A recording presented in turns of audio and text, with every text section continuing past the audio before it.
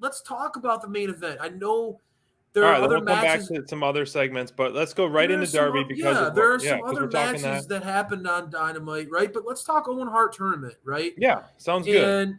And I felt like this match deserves. I feel like we need to transition into this match because for those of you who stuck with me through that first segment and got to hear me cry about Dax losing, although I'm bummed out that Darby lost this match, I felt like this was a match that stole the show.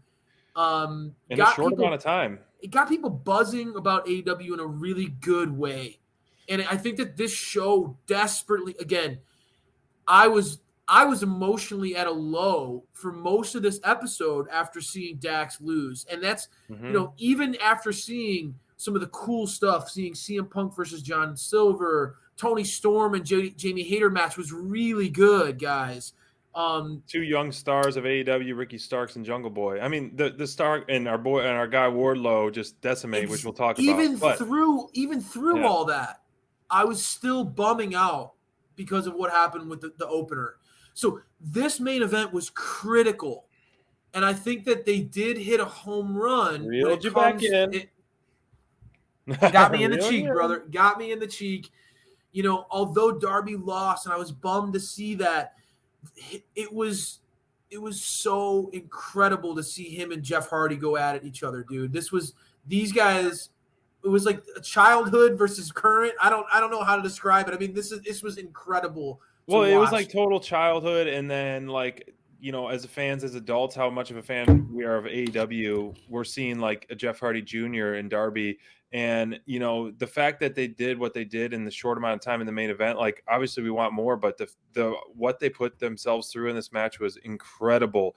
It was the way Darby started. That's the side of Darby that I love.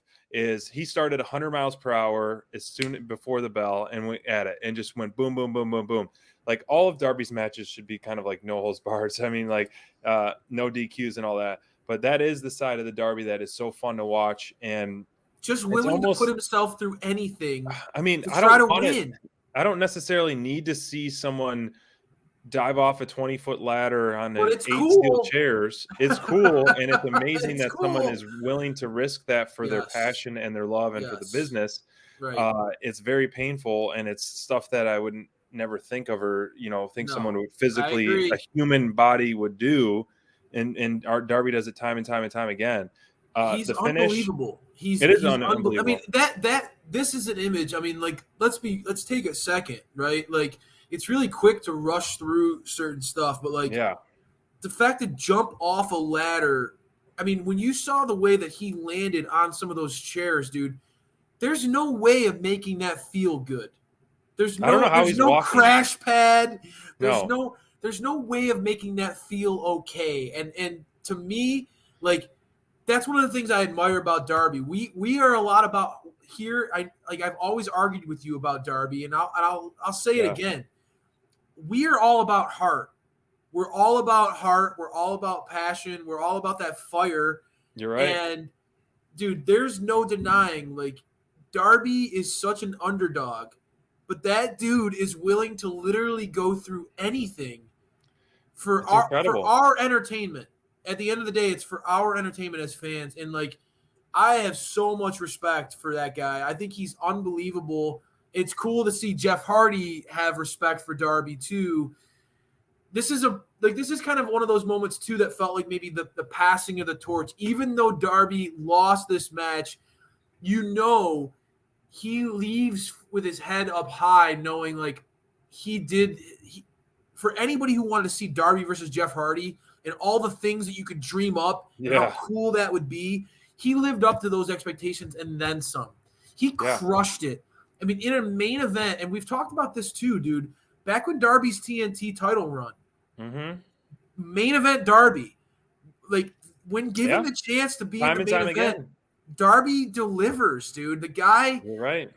And maybe he's better in small doses because it's so impactful when he does something like this. You can't have a guy jumping off a 20-foot ladder through chairs every week, or he literally will be handicapped. And to Jim Cornette's point, Jim Cornette's a big critic of this in AEW, and I have to at least to his point, you can't have somebody doing this type of stuff all the time, right? Like, you have to be able to allow it to breathe. And this match, like, these guys set the bar really high when it comes to what you're willing to do to win. And I think Darby, again, let the kid breathe a little bit, let him have a little time. No wonder why he was our top performer. I'm glad to see that he's getting the love he deserves. Obviously, Jeff Hardy, a legend in his own right. You're right. But these are the types of performances in a young man's career, a young guy who you can identify as that's a match that will push Darby to another level, right? That this is a match that will get people to look at him in a different way and to see, wow, like those comparisons of him being this generation's Jeff Hardy, a lot of legitimacy to them. And that's a really beautiful thing when you think about Jeff Hardy's charisma, his career, his legacy. If Darby can fill those kind of shoes, we're the next generation's in for a treat.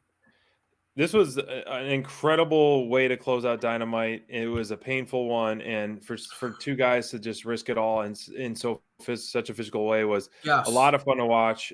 Very brutal at times to watch. I mean, we were all marking out at home for sure because of just fans of these two guys and fans of wrestling, and just the creativeness that they had to offer. And so, yes, Darby lost and unfortunate, but I don't think it does him any harm in the big picture. Hopefully there is a bigger picture for him and storyline moving forward as we approach the road to Double or Nothing in 2 weeks. 2 weeks from today is Double or Nothing. And so fastly approaching. That being said, man, it's incredible to see. I don't think as we shift to the next match, we're going to talk CM Punk and John Silver. I want to ask, how much money would it cost you, or would you have to get paid to take that ladder jump onto the chairs? I would be. Is there an amount? I mean, yeah, of course. There's an amount. Me. I don't even know if I'd make it to the chairs though. I'm not the most graceful guy. I'd probably end up landing like on the ropes or something. It would be awful.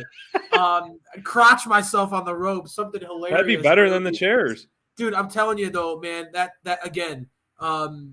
This is just another Wednesday night for Darby to bust this out. Free TV to literally risk walking ever again is incredible stuff, man. I don't think we've seen it so many times though. I mean, AEW definitely they present themselves as an alternative to WWE, and there's a lot of ways, right? Like, I've seen more and more people compare them to WCW because of all the big names that have left WWE and come over to WCW and stuff like that.